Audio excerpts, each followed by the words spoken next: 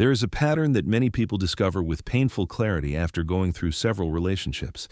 They notice that despite choosing what seemed like very different partners, despite the variations in appearance, occupation, background, and personality, they find themselves in the same emotional dynamic again and again. The initial attraction feels fresh and unique each time. The falling in love feels genuine and spontaneous. And yet somehow, inevitably, the relationship unfolds along familiar lines.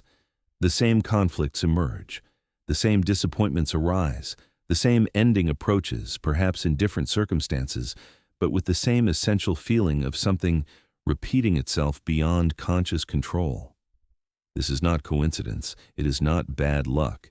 It is not that the world is simply full of difficult people who happen to cross your path. It is the unconscious at work, selecting partners according to patterns that lie beneath awareness, replaying dynamics that have not been understood or resolved, seeking something that was never found in earlier relationships, including the first relationships of all, those with our parents. We fall in love with the same person in different bodies because we are not actually seeing the person in front of us. We are seeing an image, a projection, a carrier for unconscious contents that we have not yet brought into consciousness and integrated. This is the paradox of romantic love. We believe we are choosing freely, that we are drawn to this particular individual because of who they are, because of some unique chemistry or compatibility. And yet, the pattern repeats. The unconscious has its own agenda, its own needs, its own unfinished business. And it uses the mechanism of romantic attraction to draw us toward people who will activate the old wounds, who will recreate the familiar dynamics, who will give us another opportunity to work through what was never worked through the first time. Whether we take that opportunity or simply repeat the pattern without awareness is the question that determines whether we grow or remain stuck. When we speak of projection in depth psychology, we are speaking of the mechanism by which unconscious contents are perceived as belonging to the external world rather than to oneself. What is inside is experienced as outside. What is part of our own psyche is seen as part of another person. This happens constantly in ordinary perception, but it is particularly powerful and particularly consequential in the realm of romantic love and intimate relationships. In the early stages of romantic attraction, we do not see the other person clearly. We cannot see them clearly because our vision is clouded by projections. We project onto them qualities, characteristics, potentials that may or may not actually exist in them. We see them as the carrier of something we need, something we long for, something that feels essential to our completion. The beloved becomes magical, luminous, perfect in ways that no actual human being can be. This is the state of being in love, and it is fundamentally a state of projection. Now, what is being projected? What are these unconscious contents that we cast onto the beloved and then fall in love with? There are several layers to this, and we must examine each of them to understand why we repeat our relationship patterns. The first layer is what I have called the Anima and Animus, the contrasexual archetypes. The Anima is the unconscious feminine aspect in a man. The Animus is the unconscious masculine aspect in a woman. These are not simply biological or social constructs.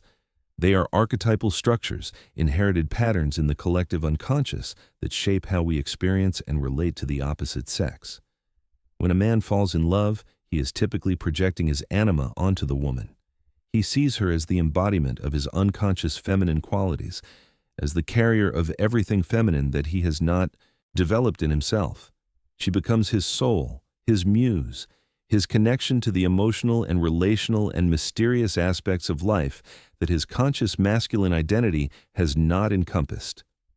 Similarly, when a woman falls in love, she often projects her animus onto the man, seeing him as the embodiment of qualities like strength, direction, logos, rationality, the capacity to act in the world, qualities that may not be fully developed in her own conscious personality. These projections are powerful because they connect us to parts of ourselves that we need to develop, parts that are essential to our wholeness. The anima and animus represent the path to the self, to the totality of the psyche. But when they are projected, When we see them as belonging to another person rather than as aspects of ourselves that need to be integrated, we become dependent on that person for our connection to these qualities. We need them to be who we imagine them to be, so that we can have access to what they represent for us. And here is where the problem begins, because the person onto whom we have projected these contents is not actually the projection.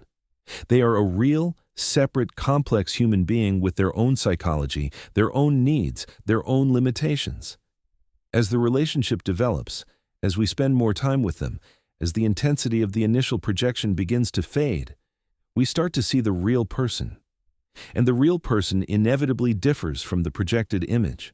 They have flaws we did not see. They lack qualities we assumed they possessed. They disappoint us in ways we did not anticipate. This is when disillusionment sets in. We feel betrayed, as though the person has changed, as though they deceived us about who they were. But they have not changed. We have simply begun to see them as they actually are, rather than as we needed them to be. The projection is being withdrawn, and we are confronted with the reality that what we fell in love with was largely our own unconscious content, not the actual person. Now, if we have any self-awareness, this is the moment when we can begin to recognize the projection, to see that what we attributed to the other person was actually something in ourselves. This is the moment when we can begin to integrate the anima or animus, to develop in ourselves the qualities we were seeking in the other. This is the moment when real relationship becomes possible, when we can see and relate to the actual person rather than to our projection. But most people do not do this. Most people respond to the disillusionment by leaving the relationship and finding someone new onto whom they can project the same contents. They believe the problem was that they chose the wrong person, and if they can just find the right person, someone who truly is what they need, then the projection will not fade and the magic will not disappear. And so they repeat the pattern. They fall in love again with the same internal image projected onto a different external person. The beloved changes, but the unconscious template remains the same. Now, let us go deeper into the question of why we choose the partners we choose, because the anima and animus projection is only one layer. Beneath this archetypal level, there is a more personal level related to our early experiences with our parents or primary caregivers. The first relationships we have, the first bonds we form, create templates in the psyche for how relationships work, what love feels like, what we can expect from intimate connection. If these early relationships were healthy, if we experienced secure attachment, consistent care, emotional attunement, then we internalize a template that says, relationships are safe, I am worthy of love, I can trust others to be there for me, my needs will be met. This template then guides us unconsciously toward partners who can actually provide healthy relationship. And we have the capacity to recognize and receive such relationship when it is offered. But if these early relationships were troubled, if we experienced neglect, inconsistency, emotional unavailability, criticism, or abuse, then we internalize a very different template. We learn that love is conditional, that we must perform or adapt to be worthy of affection, that our needs will not be met, that intimacy is dangerous or disappointing. And paradoxically, we then seek out partners who confirm this template, who recreate the familiar emotional landscape of our early experience. This is one of the most difficult dynamics to understand from the outside. Why would someone who was neglected seek out neglectful partners? Why would someone who was criticized choose critical partners? Why would someone who experienced abandonment be drawn to people who are emotionally unavailable? It seems to make no sense. Surely we would seek the opposite, would be drawn to partners who offer what we did not receive in childhood. But the psyche does not work this way. The psyche seeks the familiar, even when the familiar is painful. There is a kind of psychological momentum, a repetition compulsion that draws us toward what we know, toward what matches our internal template, toward what feels like home, even when home was not a place of safety or love. This happens unconsciously. We do not consciously think, I will choose someone who will neglect me just like my parent did. Rather, we feel attracted to certain people, and the attraction feels genuine and natural, and we do not realize that the attraction is based on unconscious recognition of familiar patterns. Moreover, there is often an unconscious hope that this time will be different, that this time we can get the love or validation or security that we did not get originally.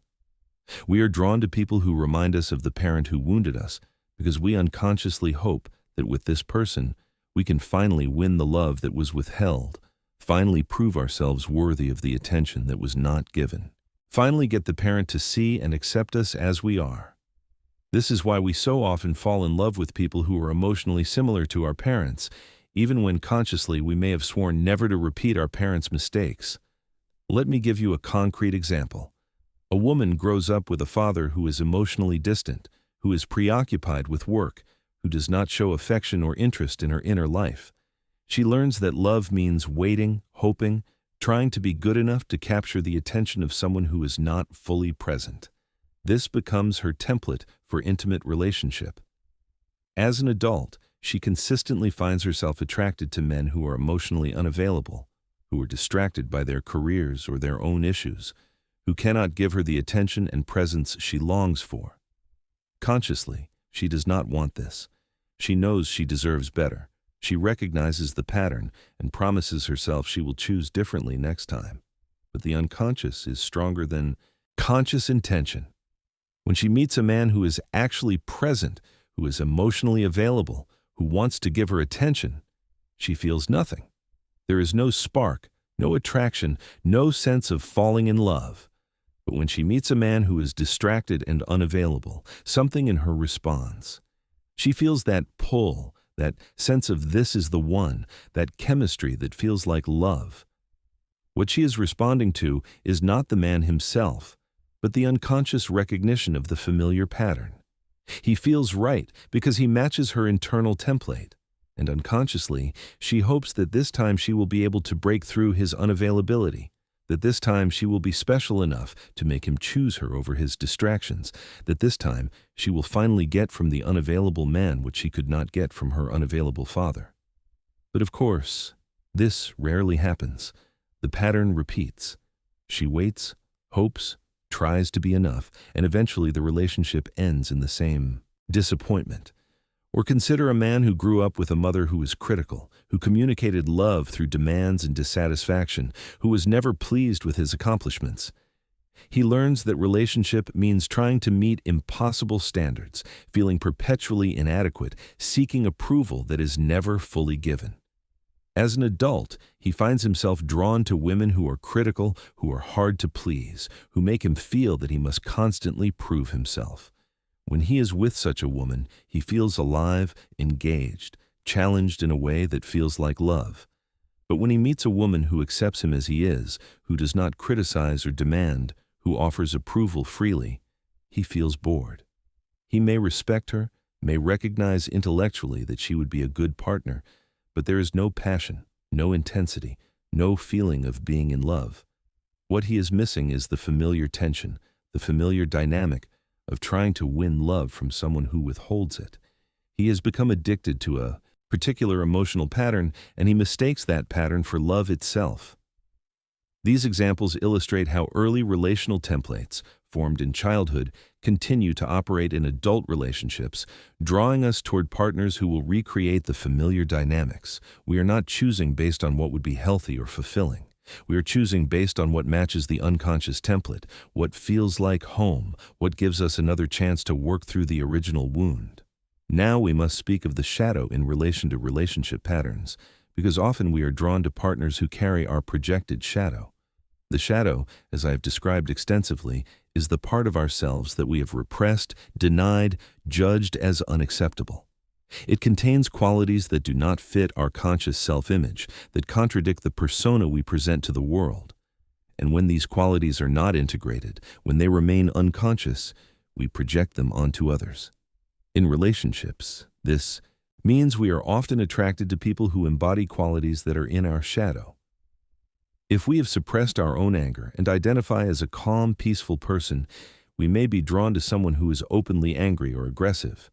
If we have denied our own neediness and identify as independent and self-sufficient, we may be attracted to someone who is openly dependent and clingy. If we have repressed our own sexuality and identify as spiritual or pure, we may be drawn to someone who is overtly sexual. These attractions are not random. They are the psyche's attempt to bring the shadow into consciousness, to force us to confront what we have denied in ourselves. The partner becomes the carrier of our shadow projection, and we experience in them what we cannot acknowledge in ourselves. But because it is a projection, because we do not recognize it as our own shadow, we judge it in them, are disturbed by it, try to change or control it, all while remaining unconscious of the fact that we are encountering our own disowned material. This creates a particular dynamic in relationships where each partner is carrying the shadow for the other. The calm person is in relationship with the angry person, and each judges the other for being too extreme. The independent person is with the dependent person, and each sees the other as having a problem. The spiritual person is with the sexual person, and each feels the other is unbalanced. But in truth, each is seeing in the other what they need to integrate in themselves. The calm person needs to own their anger. The independent person needs to acknowledge their neediness. The spiritual person needs to accept their sexuality. If this dynamic can be recognized, if both partners can see that they are projecting shadow material onto each other, then the relationship can become a space for mutual growth and integration. Each person can learn from the other, can develop the qualities they have denied, can become more whole through the mirror the partner provides. But if the projection is not recognized, if each partner continues to blame the other for embodying the rejected qualities, then the relationship becomes a battleground, a place of constant conflict and judgment. And when such a relationship ends, what typically happens is that the person finds a new partner who carries the same shadow projection. They believe they are choosing someone different, but they are unconsciously seeking the same dynamic. The calm person leaves the angry partner and finds another angry partner. The independent person leaves the dependent partner and finds another dependent partner. The shadow projection continues, and the pattern repeats. Now let us speak of trauma and how it shapes relationship patterns, because often the repetition we see in relationships is related to unresolved trauma seeking resolution. Trauma creates what we might call an open wound in the psyche, a place of unfinished business, of overwhelming experience that was never fully processed or integrated.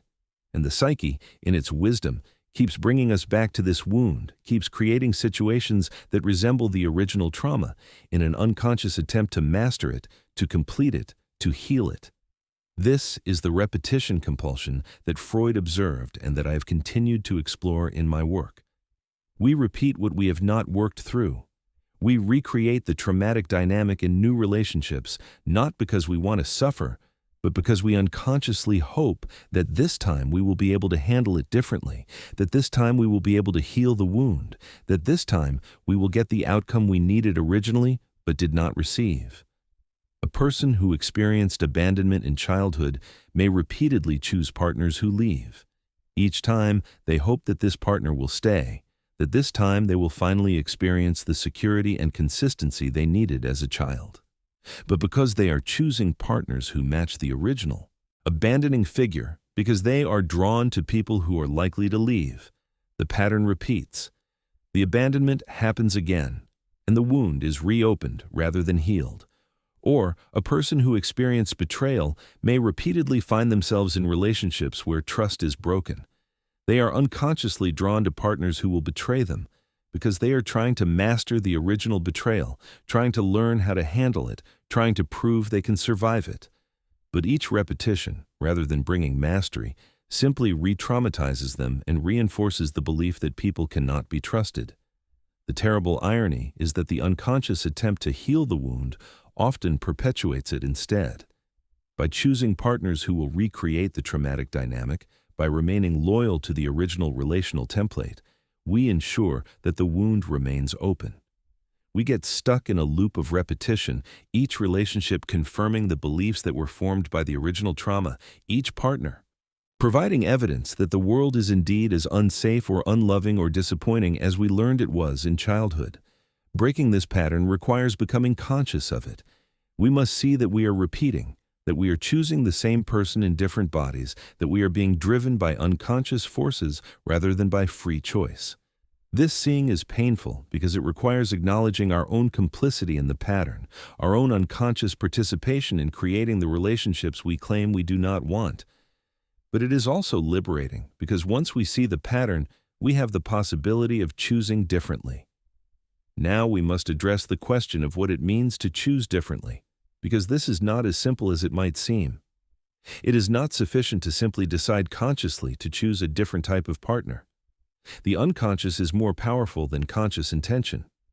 If the underlying template has not changed, if the projections have not been withdrawn, if the shadow has not been integrated, if the trauma has not been processed, then we will continue to be drawn to the same patterns regardless of our conscious resolve.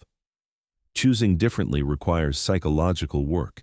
It requires bringing the unconscious contents into consciousness, examining the early relational templates, understanding what we are projecting and why, confronting the shadow, processing the trauma. This is deep work, often requiring therapy or analysis, certainly requiring a commitment to self-examination and honesty that most people would prefer to avoid. It also requires withdrawing the projections, learning to see potential partners as they actually are, rather than as carriers for our unconscious contents. This is difficult because without the projections, there may be no spark, no falling in love, no intense attraction. The person who is healthy for us, who does not match the pathological template, may feel boring, may not activate the familiar emotional intensity. We must learn to distinguish between the addiction to a dysfunctional pattern and genuine love, between the excitement of repetition compulsion and the quieter, steadier experience of healthy relationship. This requires developing new capacities. We must learn to tolerate the anxiety of the unfamiliar, the discomfort of relating to someone who does not fit our unconscious template. We must develop the ability to recognize and receive healthy love when it is offered, rather than dismissing it as boring or feeling unworthy of it. We must be willing to experience relationship without the drama and intensity that comes from unconscious reenactment. And we must do our own inner work to develop the qualities we have been seeking in partners. If we have been projecting the anima or animus, we must integrate those contrasexual aspects in ourselves. If we have been seeking in a partner the love we did not receive from a parent, we must learn to give that love to ourselves, to reparent ourselves, to meet our own needs rather than demanding that a partner fulfill an impossible fantasy. If we have been drawn to partners who carry our shadow, we must integrate the shadow, develop in ourselves the qualities we have denied.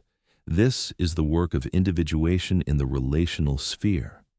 It is learning to be whole within ourselves so that we come to relationship as complete individuals rather than as fragments seeking completion through another.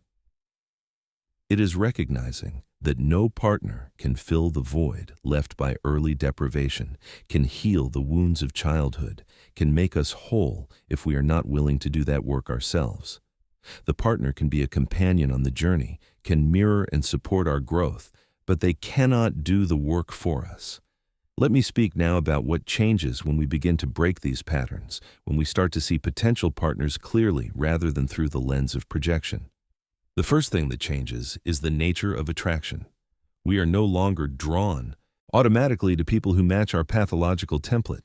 The unavailable person no longer seems mysterious and intriguing. The critical person no longer feels challenging in an appealing way. The angry person no longer carries an exciting intensity.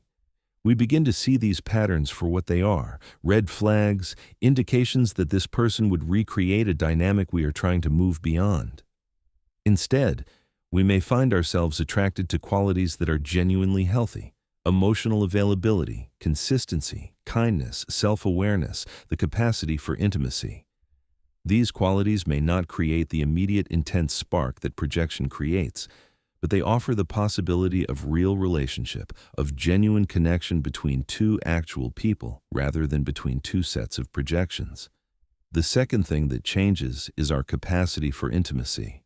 When we are caught in projection and repetition compulsion, we are not actually intimate with our partners. We are intimate with our projections, with our fantasies, with our attempts to recreate and master the past.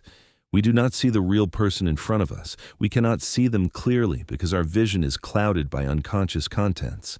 But when we withdraw the projections, when we stop trying to make the partner into who we need them to be, we can begin to see who they actually are. And we can be seen by them as we actually are, rather than as a screen for their projections. This mutual seeing, this recognition of each other's reality, is the foundation of genuine intimacy. The third thing that changes is the quality of conflict in relationship. When we are repeating unconscious patterns, conflicts in the relationship are often reenactments of early dynamics. We are not arguing about what we claim to be arguing about. We are replaying old scripts, fighting battles that belong to the past, responding to the partner as though they were the parent or the early figure who wounded us. But when we have done the work to become conscious of these patterns, when we have processed the trauma and integrated the shadow, conflicts become about what they are actually about. We can address real issues in the present relationship without the distortion of the past overlaying everything. And the fourth thing that changes is the possibility of growth within relationship. When we are stuck in repetition, relationships keep us stuck. They confirm our negative beliefs, re-traumatize us, keep us spinning in the same dynamics. But when we have broken the pattern, when we have chosen differently based on consciousness rather than unconscious compulsion, relationship can become a space for mutual growth. We can challenge and support each other in developing new capacities, in facing our shadows, in becoming more whole. The relationship becomes not a prison of repetition, but a container for transformation. Now I want to address a particular challenge that arises when people begin to see these patterns in themselves. There is often a kind of despair that comes with the recognition of how much of our romantic life has been driven by unconscious forces, how little of our choosing has been free, how many years may have been spent repeating the same dynamic. There may be grief for the relationships that were never truly about the actual people involved, for the time that was given to trying to heal old wounds through new partners, for the possibility that we have hurt others by making them carriers for our projections. This despair and grief are natural and necessary. We must feel them, must allow ourselves to mourn what was lost to unconscious repetition. But we must not let them become an excuse for avoiding the work that needs to be done. The fact that we have been unconscious does not mean we must remain unconscious. The fact that we have repeated the pattern does not mean we must continue to repeat it.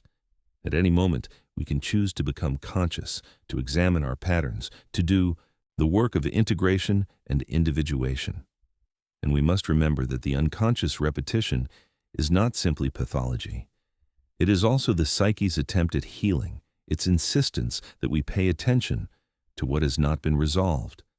The fact that we keep choosing the same person in different bodies is a message from the unconscious that there is work to be done, that there are wounds to heal, that there are aspects of ourselves to integrate. If we can hear this message, if we can respond to it with consciousness rather than with continued unconscious acting out, then the repetition can become the pathway to transformation rather than a prison of suffering. Let me also address the question of whether it is possible to transform a relationship that began in projection and repetition, or whether we must leave and start fresh once we become conscious of the patterns. This is a complex question with no single answer. In some cases, as both partners become more conscious as they do their individual work and withdraw their projections, the relationship can transform. They can move from relating to each other as projection screens to relating as real individuals. They can renegotiate the relationship on a more conscious basis, can work through the old patterns together, can become partners in each other's individuation rather than unconscious reenactors of old wounds. But this requires that both partners are willing to do the work, that both are capable of seeing their own projections and patterns, that both have the capacity for consciousness and change.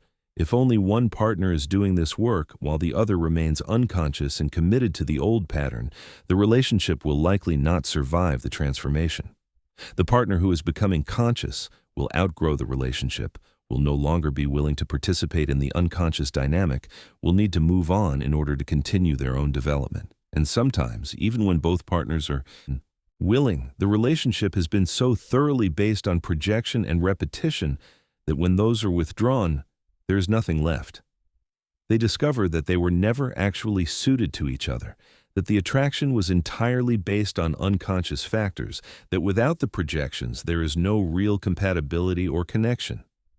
In such cases, ending the relationship may be the most honest and growth-promoting choice, allowing each person to find a partner with whom they can have a more conscious and genuine relationship.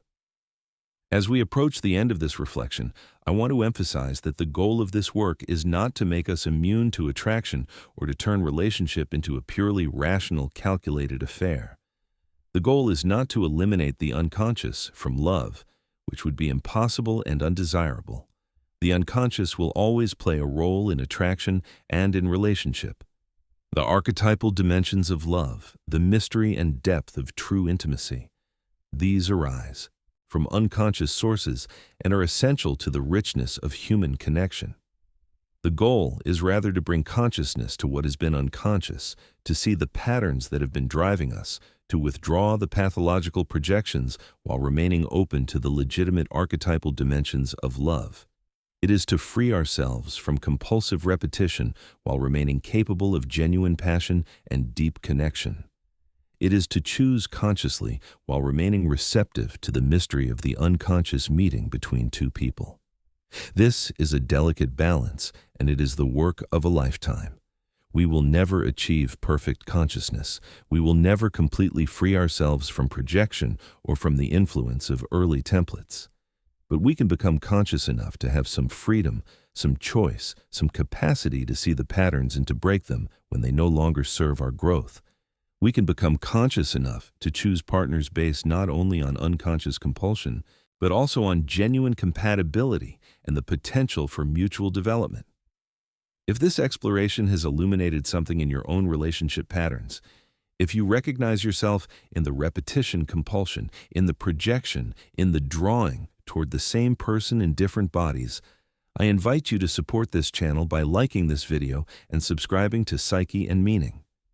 This work exists for those who are willing to examine the unconscious forces that drive their choices, who are committed to breaking free from compulsive patterns, who understand that genuine love requires consciousness as well as passion. Your engagement helps this content reach others who are struggling with these same patterns. And so we return to the beginning. Why do we fall in love with the same person in different bodies? Because we are not actually choosing freely. We are being driven by unconscious templates formed in childhood, by projections of the anima or animus, by shadow material we have not integrated, by trauma we have not healed, by the psyche's insistent attempt to bring these unconscious contents into consciousness through the vehicle of relationship. The beloved is never simply themselves. They are a carrier for our unconscious contents, a screen onto which we project what we need to see, a player in the drama of our unresolved past.